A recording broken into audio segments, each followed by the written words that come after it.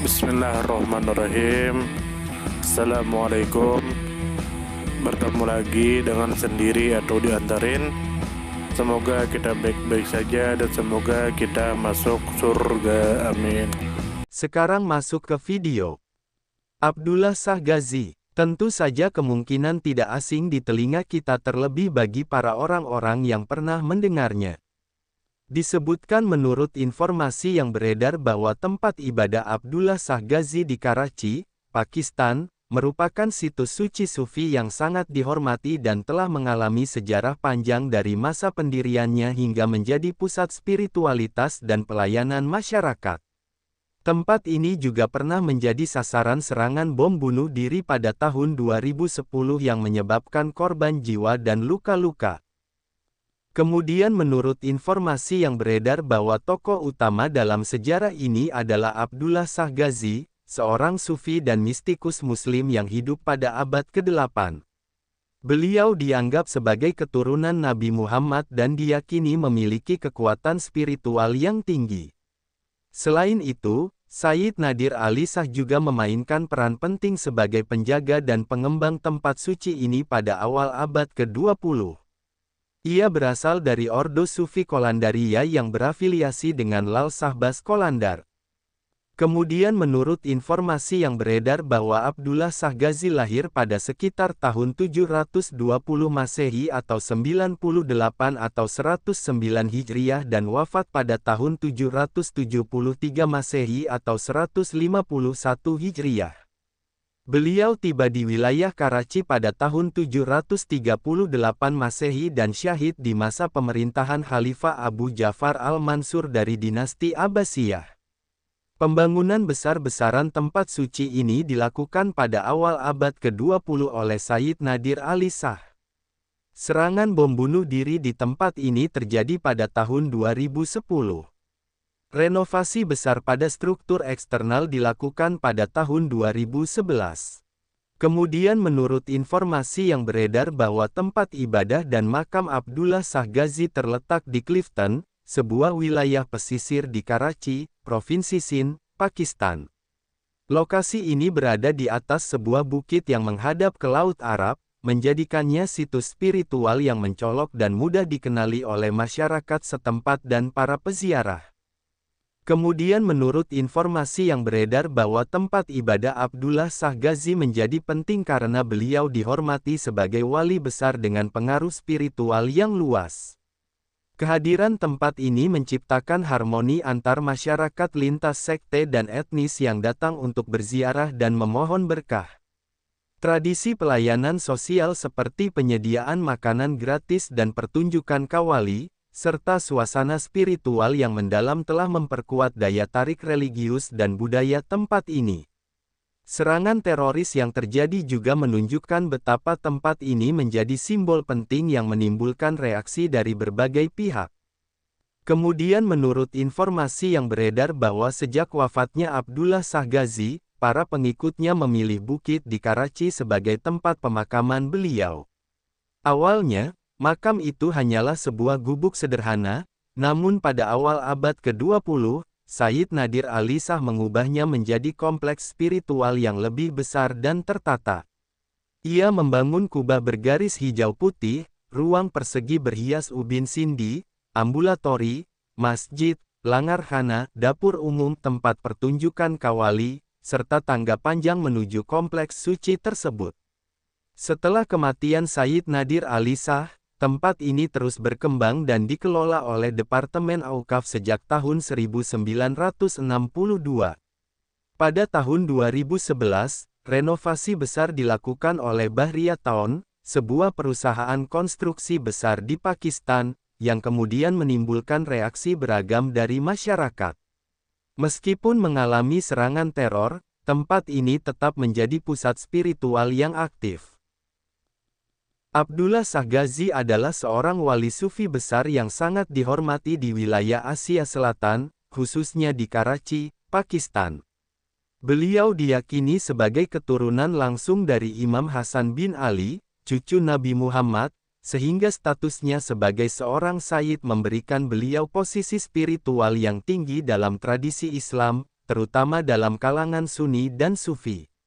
Nama sah dalam gelarnya menunjukkan kemuliaan, sementara Ghazi mengacu pada gelar kehormatan bagi seorang pejuang dalam perang suci, yang mencerminkan pandangan masyarakat terhadap peran perjuangan spiritual beliau di masa hidupnya.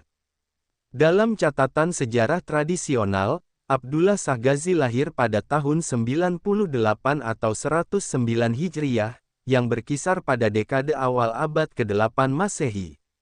Beliau tiba di kawasan Karachi pada masa kekuasaan dinasti Umayyah, tepatnya pada tahun 738 Masehi. Keberadaan Abdullah Shah Ghazi di kawasan itu dianggap kontroversial oleh kekuasaan Umayyah maupun Abbasiyah, karena pengaruh spiritual dan keturunan beliau dianggap sebagai ancaman terhadap legitimasi politik dinasti yang berkuasa.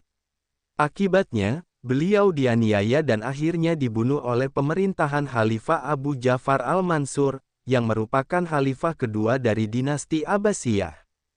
Beliau gugur sebagai syuhada pada tahun 151 Hijriah atau sekitar 773 Masehi. Jenazah Abdullah Shah Ghazi dimakamkan di atas sebuah bukit kecil yang menghadap ke Laut Arab, di kawasan Clifton, Karachi. Pada awalnya, makam ini hanya berupa gubuk sederhana dan menjadi tempat ziarah terbatas. Namun seiring waktu, khususnya pada awal abad ke-20, seorang sufi terkemuka dari Ordo Qalandaria bernama Sayyid Nadir Ali Shah mengambil peran sebagai penjaga tempat suci tersebut. Sayyid Nadir Ali Shah, yang juga dikenal luas karena karismanya dan dedikasinya terhadap pelayanan sosial, memimpin pembangunan besar-besaran terhadap kompleks makam. Di bawah pengawasannya dibangun kubah hijau putih ikonik, masjid, pelataran kawali, pondok peziarah, dan langar khana atau dapur umum yang menyediakan makanan gratis kepada para peziarah. Tangga panjang juga dibangun untuk menghubungkan dataran rendah dengan kompleks makam di atas bukit. Dari sudut pandang arsitektur dan budaya, tempat suci Abdullah Shah Ghazi mencerminkan warisan arsitektur Sindi Islamik.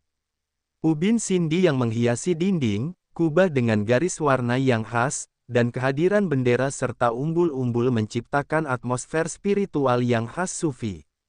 Penggunaan ruang bawah tanah sebagai tempat pemakaman serta desain ruang atas yang lebih terbuka merupakan simbolisasi hubungan antara dunia material dan spiritual dalam arsitektur Islam.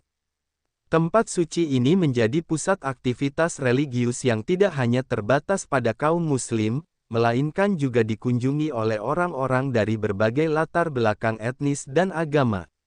Tradisi ziarah, persembahan bunga, serta pertunjukan musik kawali menjadikan tempat ini sebagai pusat budaya dan spiritual yang menyatukan masyarakat lintas sekte dan golongan. Dari sudut pandang antropologi, tempat ini mencerminkan bagaimana spiritualitas Sufi mampu menjembatani perbedaan sosial dan menciptakan ruang harmoni di tengah keragaman budaya Pakistan. Dari sisi sejarah sosial dan politik, tempat ini memainkan peran penting sebagai simbol resistensi terhadap otoritas negara yang represif. Tradisi Sufi yang berakar dari bawah telah lama menjadi bentuk kekuatan kultural rakyat dalam menghadapi kontrol politik negara.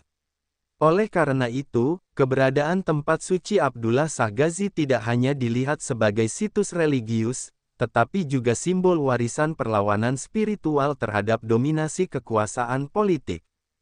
Namun, di era kontemporer, tempat suci ini juga menghadapi tantangan. Pada tahun 2010, dua serangan bom bunuh diri yang dilakukan oleh kelompok militan mengakibatkan 10 orang meninggal dunia dan lebih dari 50 orang luka-luka. Serangan ini menyoroti ketegangan antara ideologi ekstremis dan tradisi Islam Sufi yang damai serta inklusif. Dari perspektif keamanan dan geopolitik, kejadian ini memperlihatkan bagaimana situs-situs spiritual Sufi seringkali menjadi target kelompok radikal yang menentang pluralisme religius. Pada tahun 1962, pengelolaan administratif tempat suci ini secara resmi dialihkan ke Departemen Auqaf, lembaga pemerintah Pakistan yang bertugas mengelola wakaf dan situs keagamaan. Namun pada tahun 2011, struktur fisik kompleks ini direnovasi besar-besaran oleh Bahria Town, sebuah perusahaan properti raksasa di Pakistan. Renovasi tersebut melibatkan perubahan desain luar, modernisasi fasilitas, dan perluasan bangunan. Namun, proyek ini memicu pro dan kontra dari masyarakat Karachi. Sebagian pihak memuji modernisasi dan peningkatan aksesibilitasnya, sementara pihak lain mengkritik hilangnya nilai arsitektur spiritual tradisional dan komersialisasi tempat ibadah. Dari perspektif etnografi dan sosiologi, tempat suci ini terus memainkan peran penting sebagai magnet spiritual dan pusat distribusi berkah, khususnya di kalangan masyarakat miskin dan kelas bawah. Kehadiran langar atau dapur umum, pertunjukan musik kawali yang menggugah, serta akses terbuka kepada siapa saja memperlihatkan nilai egalitarian dalam tradisi sufisme yang kuat di wilayah Asia Selatan. Sumber referensi Google Chrome dan ChatGPT.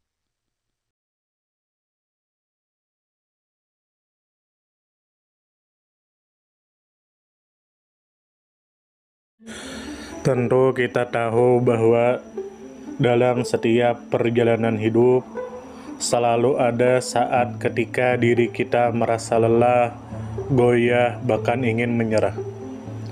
Namun di balik setiap perintangan tersembunyi peluang untuk tumbuh dan menguatkan diri kita. Hari ini adalah kesempatan baru, saat yang tepat untuk kembali menyusun niat, memperbaiki langkah, dan meyakini bahwa setiap tetes usaha tidak akan pernah sia-sia. Bangkit bukan karena tidak pernah jatuh, tetapi karena memilih untuk tidak tinggal dalam kejatuhan. Teruslah melangkah meski perlahan, karena selangkah lebih dekat adalah lebih baik daripada diam dalam keraguan. Ya Allah, ya Tuhan kami yang Maha Pengasih lagi Maha Penyayang, jadikanlah hidup kami ini sebagai ladang amal yang penuh berkah. Berikan kekuatan untuk terus menebar kebaikan di dunia. Anugerahkan kemudahan dalam menghadapi segala ujian, dan karuniakan akhir kehidupan yang baik. Lindungi diri kami dan keluarga dan fitnah dunia yang menipu.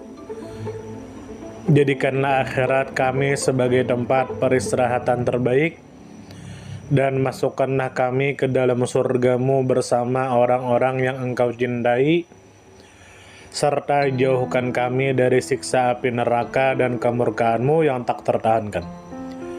Kepada setiap orang yang pernah hadir dalam perjalanan ini, terima kasih atas waktu, kebaikan, dukungan, bahkan teguran.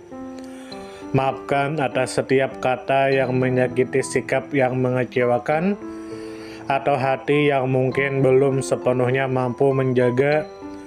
Manusia tidak pernah sempurna, namun ketulusan untuk tetap terus belajar dan memperbaiki diri tidak akan pernah padam. Tentu kita tahu bahwa kebaikan tidak selalu datang dalam bentuk besar. Terkadang senyum kecil yang tulus, tangan yang ringan membantu, atau telinga yang mau mendengarkan sudah cukup untuk mengubah hari seseorang menjadi lebih bermakna. Jangan pernah kita menyepelekan kebaikan sekecil apapun, karena bisa jadi satu perbuatan kecil bisa menjadi rahmat Allah turun. Tentu kita tahu menjadi pribadi yang baik bukan berarti tanpa celah, namun menjadi pribadi yang senantiasa sadar dan ingin terus memperbaiki diri. Kebaikan itu menular, dan siapapun yang menanamkan kebaikan akan menuai kebahagiaan meski tak selalu terlihat oleh mata. Dunia membutuhkan lebih banyak hati yang lembut, tangan yang menguatkan, dan jiwa yang peduli. Semoga usaha yang dilakukan bernilai ibadah. Semoga hidup kita menjadi pemberat amal baik, dan semoga kelak ketika dunia telah kita tinggalkan, nama yang tertinggal bukan hanya sekedar dikenang, tetapi menjadi doa yang terus mengalir karena kebaikan yang tidak pernah berhenti untuk ditanam. Terima kasih banyak. Mohon maaf jika ada salah. Silahkan jika suka ditekan tombol like, silahkan share, dan jika ingin memberikan saran dan komentar, silahkan komen. Semoga kita baik-baik saja, semoga kita masuk surga. Wassalamualaikum warahmatullahi wabarakatuh.